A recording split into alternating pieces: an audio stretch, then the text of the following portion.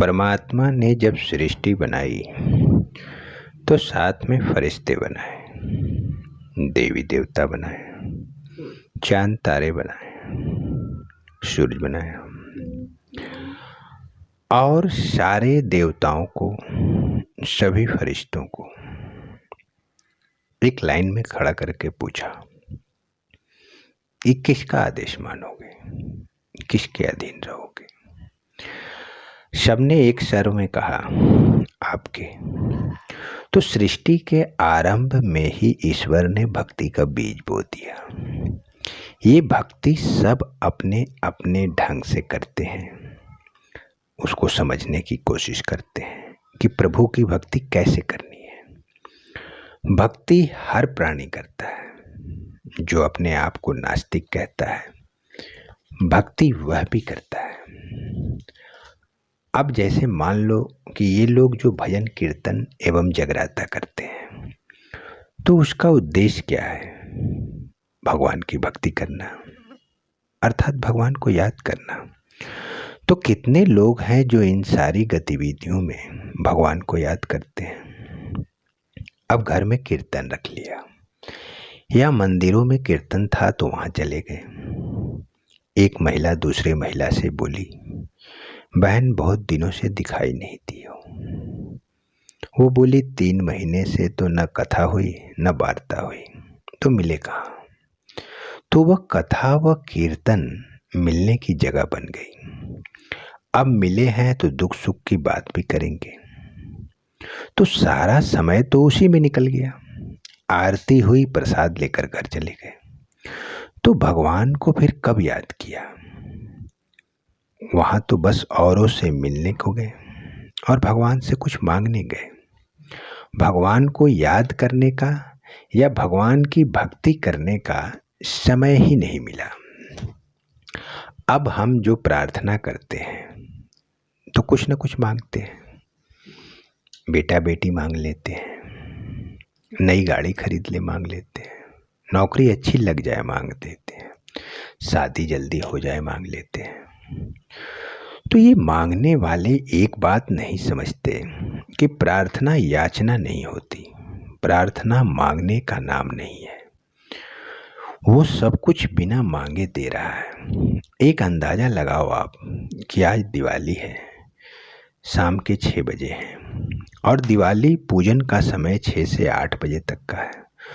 तो सोचो तकरीबन 130 करोड़ लोग प्रार्थना कर रहे होंगे और सबके सब कुछ ना कुछ चीजें मांग रहे होंगे।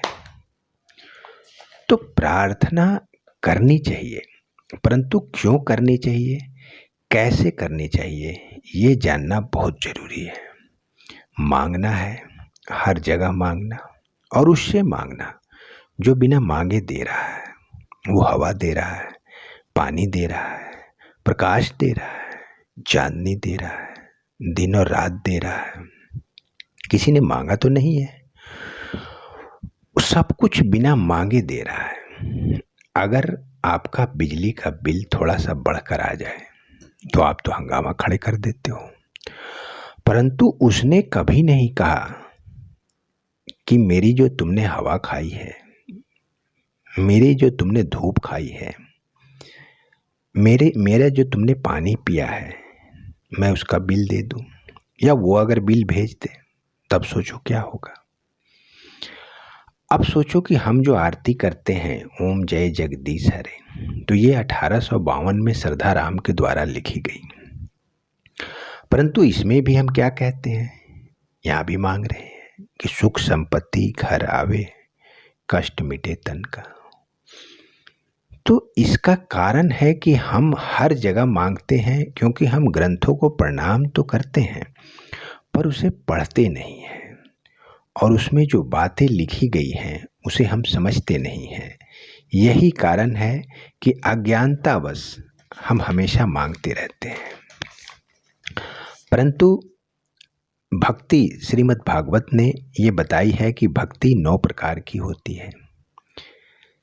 श्रवणम अर्थात ईश्वर का नाम सुनो, दूसरा कीर्तनम, ईश्वर का नाम जपो, तीसरा स्मरणम, उसको अकेले में याद करो।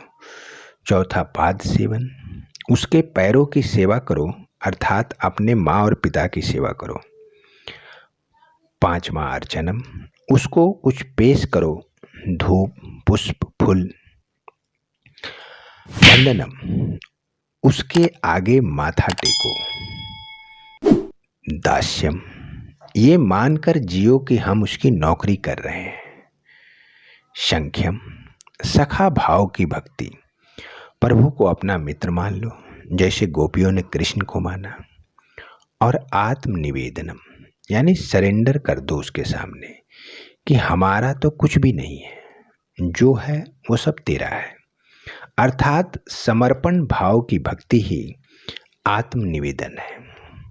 अब तुलसीदास जी ने प्रार्थना से संबंधित बहुत अच्छी बात लिखी है कि प्रार्थना में भगवान से स्वार्थ बख्श कुछ नहीं मांगना चाहिए। प्रार्थना वो है जिसमें हम सबका भला मांगे। सर्वे भवन्तु सुखिनः, सर्वे सन्तु निरामया। तो हे प्रभु, सारे लोग सुखी हों, सर्वे भद्राणि पश्यन्तु मा कश्चित् दुर्भाग् भवेत्, यानी सबका भला देखने को मिले, अच्छा देखने को मिले।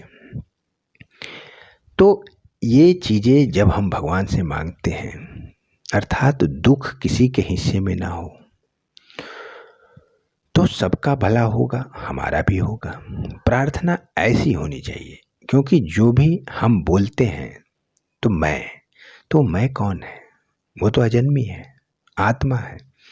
क्योंकि जन्म तो शरीर का होता है, आत्मा का नहीं। इसलिए अगर प्रार्थना करनी है तो उसमें सिर्फ और सिर्फ प्रार्थना ही करनी है। जैसे तमसो मा ज्योतिर्गमय, हे प्रभु, मैं अंधेरे में हूँ, मुझे प्रकाश की ओर ले चलो। अस्तो मा सद्गम्य, हे माँ, झूठ से सच की ओर ले चलो। तो झूठ क्या है? झूठ ये संसार है। और सच क्या है? तो सच है आत्मा। तो मृत्यु से यानी कि अमरता की ओर ले चलो। मृत्यु माँ अमृत गम्या, सिर्फ और सिर्फ वो अमृत मांगो जो तुम्हें सत्य का ज्ञान करा सके।